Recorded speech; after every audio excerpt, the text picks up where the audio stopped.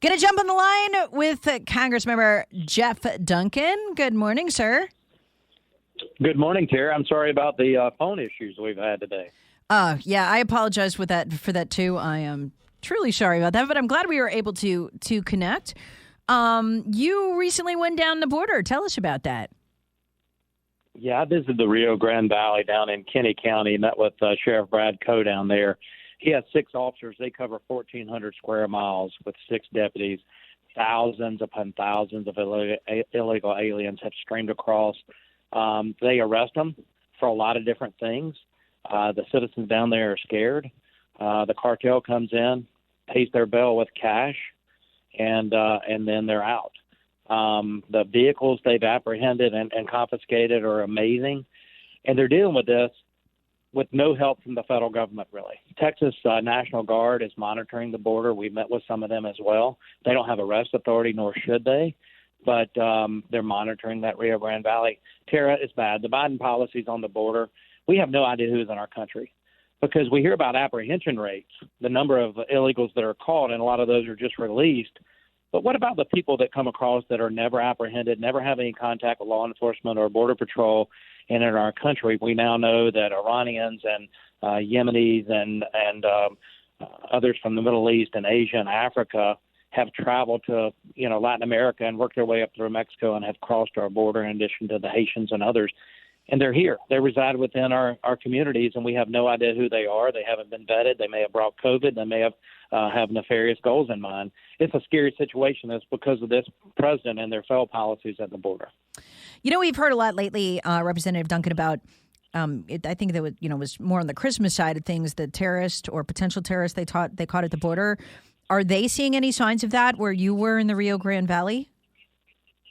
They have not, but they did confirm that they're not just catching the Hispanics, the Mexican folks coming for economic opportunity here in this country to provide a better life for their families. That's the whole story that you hear from the Biden administration. They're catching a lot of other people. You've got human traffickers, coyotes bringing people in. They're carrying fully automatic AK-47s. Wow. It's a dangerous situation. They're also, at the same time they're smuggling humans across, they're bringing drugs. Fentanyl is a huge number.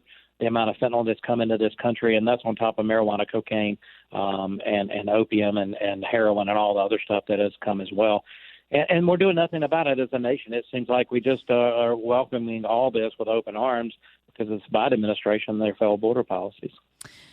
Representative Duncan, can you react to, on the one hand, you've got the Biden administration going, oops, they're coming over the border. On the second hand, you have them before the Supreme Court in an emergency filing. This is what they consider an emergency, right? Emergency filing to stop Trump's Remain in Mexico policy. So in order to, as you know, ensure the chaos at the border will continue, the only thing they want to fight is that which works. And then on the other hand, they're in New York welcoming 800,000 new illegal immigrant voters. And letting them vote, you only have to be there for 30 days. You get to cast your vote. Could you react to all of that? Yeah, well, with no voter ID and no identity verification, then what's the 30-day time limit matter at all? Illegal aliens and non-U.S. citizens have been voting in local elections in Maryland for years. We filed a bill back in 2018.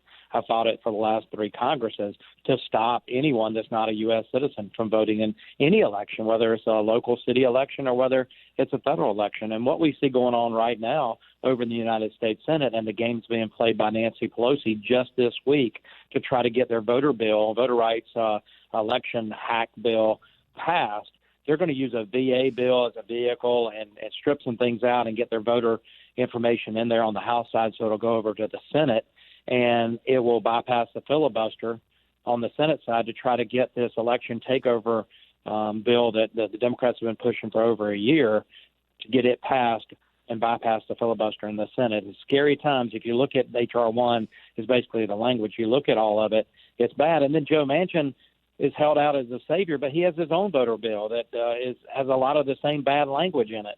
So I can't we can't put our hope in Joe Manchin and Kyrsten Sinema now to be the stopgap for us. Do you think that passes? And I know you may not be counting votes in the Senate, but do you think that passes in the Senate? I mean, we've been so lucky that Build Back Better didn't pass. Yeah, this has more legs than the Build Back Better bill. Ugh. I don't think Sinema wants to see it pass, so I think she'll be a holdout. But they have a majority of it. It's a 50-50 Senate with the vice president as the tiebreaker. If we can get one Democrat to come over, then we're okay. But all Democrats want to change the election system because it benefits them, and they can remain in power by continuing to manipulate elections with non-voter ID, with absentee voting, same-day registration to vote. So you can go into a state and register that same day and vote that day. You may have voted early in another state. There's no identity verification. People can stand in line to go get a COVID test for hours. And granted, they're only getting a COVID test because they don't feel good. So they may have COVID, but they can go stand in line, probably not separated by 6 feet, for hours to get a COVID test. But yet they complain about standing in line to do their civic duty and cast their vote.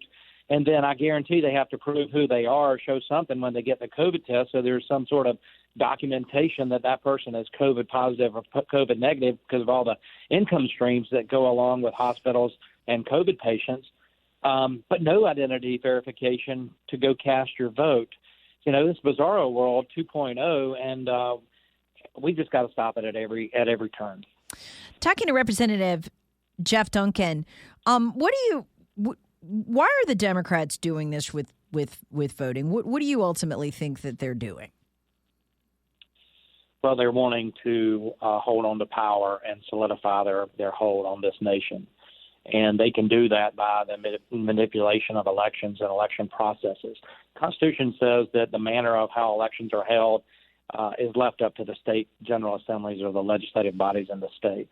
What we saw in the last election, and one reason I was an objector, is we saw, individuals, county election officials, we saw Supreme Courts, we saw secretaries of state, all make unilateral decisions without going through the General Assembly on the manner in which absentee ballots were handled, on just so many different things, changing the election laws without going back to the legislature. And the Constitution's clear. The legislature has a responsibility unless they delegated it. And in these states that we objected to, the legislature had not abdicated their responsibility and assigned that to anyone else. They still retained that. But we saw the Supreme Court in Pennsylvania unilaterally make election laws on their own, and they don't have the power to do that. And so the Democrats want to make everything that happened in the last election that worked for them, they want to make permanent in law. So federal takeover of the election, do away with the state legislative bodies making decisions, do away with the states themselves. We have a federal system where the states have a role in governing us. That's how our founders set it up, because they wanted a weaker central government. But what we see with the Democrats is an effort for a stronger central government, more centralized power in Washington, and them have election manipulation so they can maintain that power forever. And it's just a bad thing. It's not how our republic is designed. I'm really hoping, Jeff Duncan, I mean, it's crazy to me that they're federalizing election when it's very clear in the Constitution you can't do that. I hope if they do get it passed that the Supreme Court will strike it down. Well, we see the Supreme Court, Sotomayor and Kagan offering their personal opinions about the pandemic and COVID vaccines and mandates. Well, the Supreme Court of the United States, the judicial branch, is a check and balance on the power of Congress and the power of the executive branch. They're supposed to rule on the constitutionality of either executive orders or laws passed by Congress. They're not supposed to offer their opinion whether they believe in the pandemic or believe in the vaccine. That's not the issue. But we see them offer their personal opinion. What they ought to do is rule on the constitutionality and legality of the Biden vaccine mandate. And we saw some great arguments by Jeff Landry, the Attorney General from Louisiana, and Alan Wilson has been great on this. And then I'll give a shout-out to Shane Martin in the state legislature to push back against the vaccine mandates through the South Carolina Senate. Unfortunately, the South Carolina House didn't quite go far enough with the bill they just passed. But, the Supreme Court ultimately is going to make a decision on this, hopefully in the next day or so, sooner rather than later, because I think January 15th we're seeing vaccine mandate issues here in the District of Columbia and around cities across the country, what employers are having to do if they have 100 or more employees. The administration doesn't have the ability to do that. Hopefully the Supreme Court will rule appropriately there. Yeah, I'm nervous about that because, unfortunately, there'll be a lot of firings, and we're already having staffing shortages in so many critical businesses. Yeah, we are, and that just exacerbates the shortages on the shelves, the empty shelf Biden policies. We see inflation as it raised over 7%. Price of consumer goods are going up if you can find them. People are sending pictures on Instagram and Facebook of bare shelves. They're going into, I don't care whether it's Costco or Walmart or the Whole Foods. They're seeing very few items that are used to seeing multiple items. This is the United States of America, not Venezuela. And these are the Biden policies. People need to listen. This is the Biden policies that have not allowed this crisis to be abated and allow the supply chains to come back around and provide the goods and services that we need in this country.